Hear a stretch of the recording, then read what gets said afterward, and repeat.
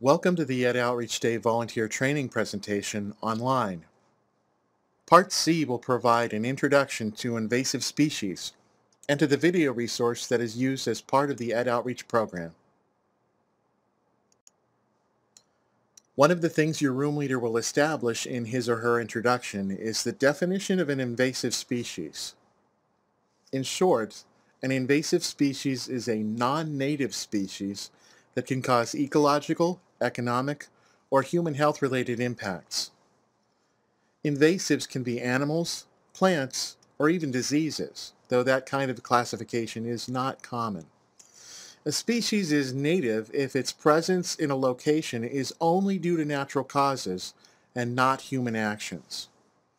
A species is non-native if it exists somewhere that it would not be otherwise except for the result of human actions. Invasives are most significantly characterized by their tendency to harm native species. The invasives in question during this program are the zebra mussel and the quagga mussel.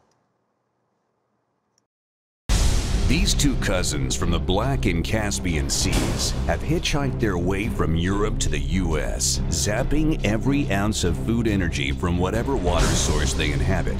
These filter-feeding fanatics can be found in lakes and rivers all across the United States. The zebra and quagga mussels are just one more enemy in this daily battle with the silent invaders.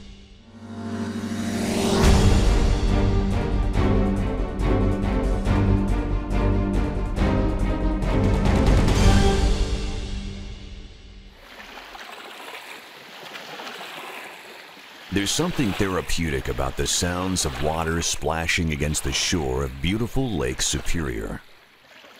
But all is not well beneath these tranquil waves. Just outside the Great Lakes Aquarium in Duluth, Minnesota, Doug Jensen uses a makeshift device to do a little unconventional fishing for an invasive species that has found a home here. And we'll see if this works.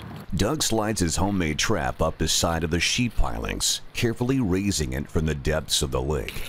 We have one. His prey is a small shelled creature that stuck itself to the side of the pilings. This is a zebra mussel, which in and of itself looks pretty harmless. It's not just one zebra mussel that causes the problem. It's when we have millions and millions of zebra mussels on the bottoms of our lakes and rivers that are causing the problem.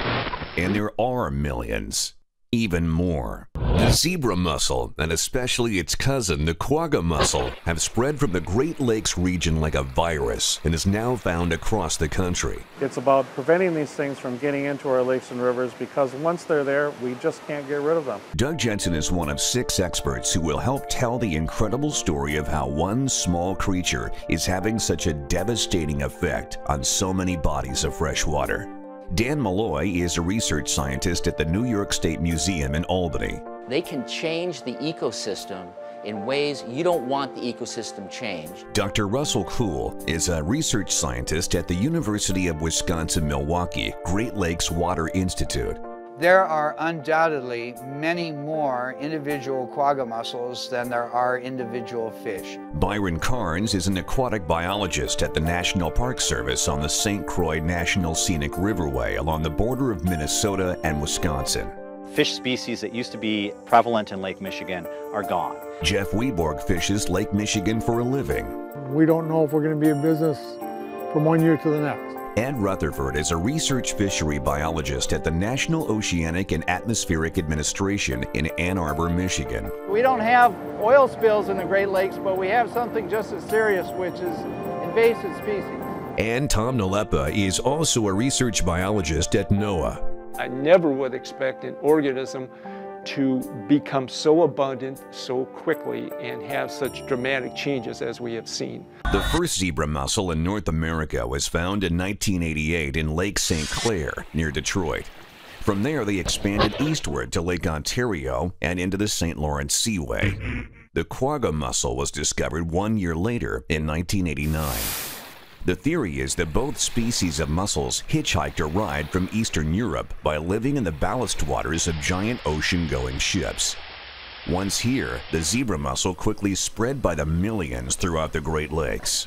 The quagga, however, took its time, eventually muscling in on the zebra mussels' territory, and is now the dominant invasive in unthinkable numbers. There are tremendous numbers of quaggas in Lake Michigan right now. It's hard to imagine, but our scientist at NOAA who studies life on the bottom has estimated that there are over 4 quadrillion mussels on the bottom of the lake.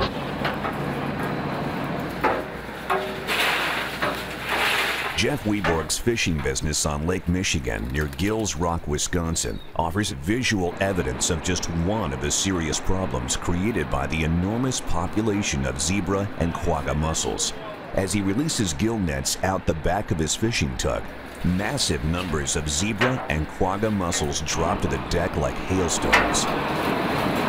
The mess they create speaks for itself. It'd be great to see them disappear, but that's not going to happen. They're here and they're here to stay. And so now you figure out how to deal with them. But the real mess these mussels create is with the ecology of the lake, especially since the quagga mussel has arrived.